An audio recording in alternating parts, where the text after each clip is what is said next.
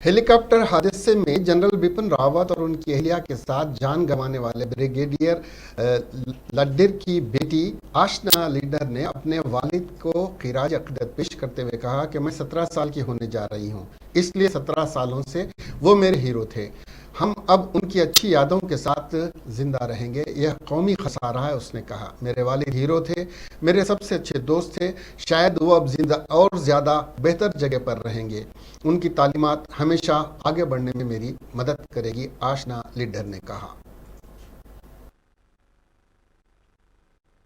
सब कुछ याद आता है, बट जैसे मेरी मम्मी ने बोला कि I am going to be 17, तो 17 इयर्स वो जो हमारे साथ थे, जितनी यादें उनको साथ लेके चल रहे हैं और अच्छी यादें ही साथ लेके चलेंगे। I am happy he didn't have to suffer, it's a national loss.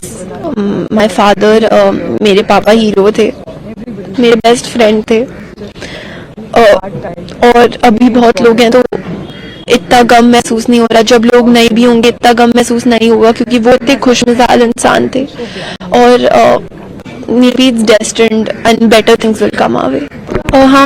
हाँ, मेरे पापा मेरे में ही नहीं, सब में जोश भरते थे और